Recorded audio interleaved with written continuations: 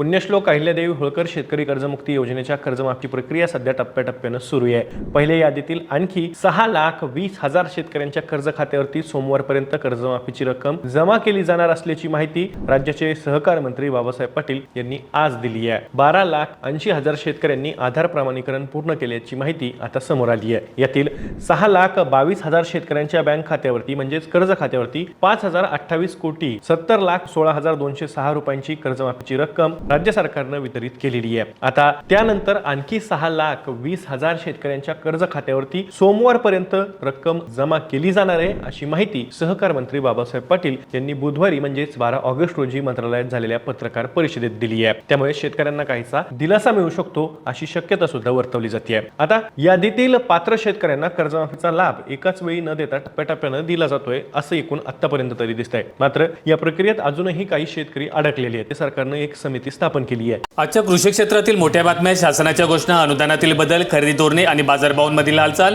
सर्व काही तुम्ही पाहणार आहात या व्हिडिओच्या माध्यमातून। नागपूरच्या हवेत विष, मुंबई पुणे मागे CRAच्या अहवालानुसार देशातील 5वे सर्वात प्रदूषित शहर। उन्हाळ्यात देखील वायू प्रदूषणाच्या विळख्यात अडकल्यामुळे हे शहर देशातील 5वं सर्वाधिक प्रदूषित शहर ठरले।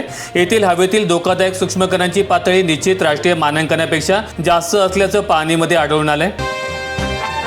आता मृत्यू दाखल्यावर लिहा मृत्यूचं कारण। आरोग्य विभागाकडून जारी करण्यात आल्यात अधिसूचना। रुग्णालयात अथवा वैद्यकीय महाविद्यालयामध्ये रुग्णाचा मृत्यू झाल्यास दाखल्यावर वैद्यकीय कारण स्पष्ट नमूद करणं प्रशासनाकडून बंधनकारक करण्यात आलं। याशिवाय सदर प्रमाणपत्राची एक प्रत नातेवाईकांना मोफत देणं बंधनकारक आहे। नो चिंता, 10 आणि 20ची नोट ना फाटणार ना भिजणार। प्लॅस्टिकच्या नोटा छपाईला मंजुरी। कागदी नोटांच्या तुलनेत आयुष्य 2 ते 6 पट अधिक। केंद्र सरकारने 10 आणि 20 रुपयांचे एकूण 200 कोटी पॉलिस्मर नोटांच्या चाचणी छपाईला मान्यता दिली। या नवीन टिकणाऱ्या नोटांच्या आगमनानंतरही सध्याच्या कागदी नोटा चलनामध्ये कायम राहणार आहेत। घरकुलाचा पहिला हप्ता घेऊन 15 महिने काम न करणाऱ्या लाभार्थ्यांवर कारवाई। 15 ते 31 ऑगस्ट दरम्यान राबवणार विशेष पंधरवडा। अनुदान मिळून देखील दीर्घकाळ बांधकाम सुरू न करणाऱ्या घरकुल योजनेच्या लाभार्थ्यांवर आता प्रशासकीय स्वरूपाचं पाऊल उचललं जाणार आहे। अपूर्ण राहिलेली कामे आगामी सणासुदीच्या कालावधीपूर्वी पूर्ण करण्याचं उद्दिष्ट निश्चित करण्यात आले। महाराष्ट्रात आजपासून दूध महागलं। गाईच्या दुधासाठी 62 रुपये तर म्हशीच्या दुधासाठी 78 रुपये। दूध संकलन प्रक्रिया आणि वाहतूक खर्चात वाढ झाल्यामुळे प्रति लिटर दरामध्ये 2 रुपयांची वाढ करण्यात आली। या निर्णयामुळे दुग्धजन्य पदार्थांच्या किमतीवर देखील आगामी काळात परिणाम होण्याची शक्यता आहे।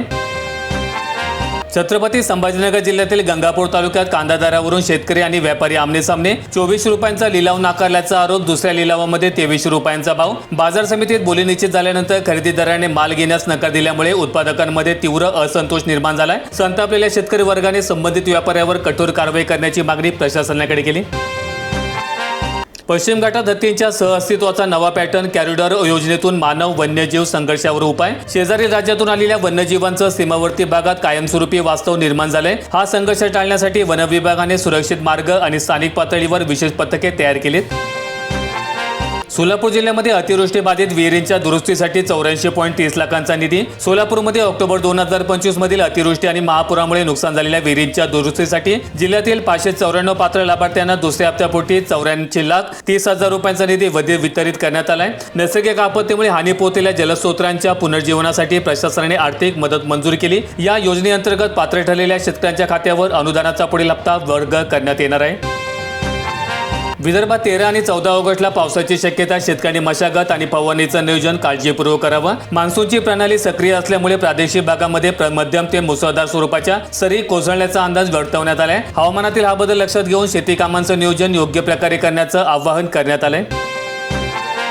कृषी विभागाच्या 23,476 पदांना मंजुरी। तब्बल 17 वर्षानंतर सुधारित कृषी आकृती बंद। शासनाने प्रशासकीय रचनेमध्ये महत्त्वाचे बदल करत नव्या पदांची निर्मिती आणि काल्यबाह्य पदे रद्द करण्याचा निर्णय घेतलाय आणि या धोरणामुळे तिजोरीवरील ताण कमी होऊन मदत होणार आहे। कृषी क्षेत्रातील कामकाजाला देखील अधिक मोठ्या प्रमाणात गती मिळेल। सिलेंडरचा नको ताण आता थेट खात्यात येणार। बायोगॅसचे अनुदान। बायोगॅस अनुदानाचा व्यवहार आता पारदर्शक। ग्रामीण भागात स्वच्छ ऊर्जेला चालना। ग्रामीण भागामध्ये पर्यावरणपूरक इंधनाला प्रोत्साहन देण्यासाठी मध्यस्थांची साखळी मोडीत काढून नवीन व्यवस्था लागू केली आहे आणि यामुळे पात्र लाभार्थ्यांना मिळणारी आर्थिक मदत थेट त्यांच्या बँक खात्यात वेळेवर जमा होणार आहे। गेल्या वर्षी तुडुंब, यंदा मात्र कोरडं. मांजरा प्रकल्पामध्ये अवघा 15% साठा. पावसाच्या तुटीमुळे टंचाईचं सावट. अर्धी पावसाळा संपला तरी दमदार पावसाची प्रतीक्षा कायम. सर्व धरणे तळाला गेल्यामुळे पाण्याचा प्रश्न मात्र गंभीर. मान्सूनच्या काळामध्ये अपेक्षित वर्षाव न झाल्यामुळे स्थानिक जलाशयांमध्ये पिण्याच्या पाण्याची पातळी प्रचंड खालावली. याचा थेट परिणाम खरीप हंगामातील पेरण्यांवर झाला असून बळीराजा संकटात सापडलाय. छत्रपती संभाजीनगर जिल्ह्यातील 932 घरकुल लाभार्थ्यांना दिलासा. बांधकामांना वेग येणार. जिल्ह्यामधील 4268 ब्रास वाळू वितरित. शासकीय योजनेअंतर्गत निवारा बांधणाऱ्या नागरिकांना विनामूल्य गौण खनिज उपलब्ध करून देण्याची प्रक्रिया वेगाने सुरू आहे. तपासणी अंती पात्र ठरलेल्या कुटुंबांना हे साहित्य मिळाल्यामुळे रखडलेली कामे पूर्ण होण्यास मदत होणार आहे. पशुधनाच्या मृत्यूमुळे होणारं आर्थिक नुकसान टाळण्यासाठी आता पशुपालकांना संरक्षण. राज्यात पशुधन विमा योजना लागू. शासनाची प्रशासकीय वित्तीय मान्यता. अकल्पित अपघातामुळे किंवा साथीच्या आजारांमुळे मुक्या प्राण्यांचा जीव गेल्यास मालकाला आर्थिक मदत देणारं नवीन धोरण राबवलं जाते. या उपक्रमामध्ये हप्त्याचा मोठा हिस्सा शासन स्वतः उचलणार असून थेट बँक खात्यामध्ये नुकसान भरपाई जमा केली जाईल.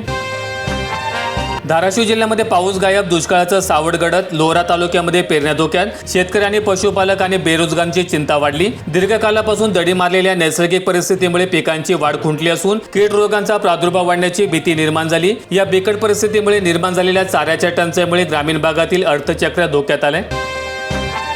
लातूर जिल्ह्यातील प्रकल्पांमध्ये अत्यल्प पाणीसाठा. मांजरा, निम्न तेरणा, तावरजा, रेणापूर मध्यम प्रकल्पाची स्थिती. पावसाचे सुरुवातीचे 2.5 महिने उलटून देखील लातूर जिल्ह्यामधील मध्यम आणि लघु पाटबंधारे प्रकल्पांमध्ये अपेक्षित जलसाठा जमा झालेला नाही. यामुळे आगामी काळामध्ये शहरासह ग्रामीण भागामध्ये पिण्याचा पाण्याचा आणि शेतीचा प्रश्न अत्यंत गंभीर निर्माण होण्याचा धोका वाढलेला आहे.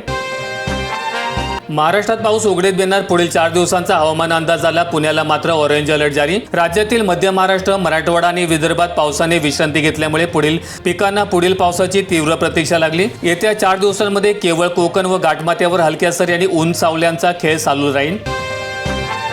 छत्रपती संभाजीनगर जिल्ह्यात 15 दिवसांमध्ये 428 वरून टँकर संख्या केवळ 96 वर. पाऊस पावल्यामुळे जालना, बीड आणि धाराशिव वगळता सर्व जिल्हे टँकरमुक्त. मराठवाड्यात जुलैच्या दुसऱ्या टप्प्यापासून पावसाने हजेरी लावल्यामुळे पाणी टंचाईचं प्रमाण लक्षणीयरित्या घटलंय. परिणामी विभागामधील अनेक गावे टँकरमुक्त झाली असून जलस्रोत भरण्यास सुरुवात झालेली आहे.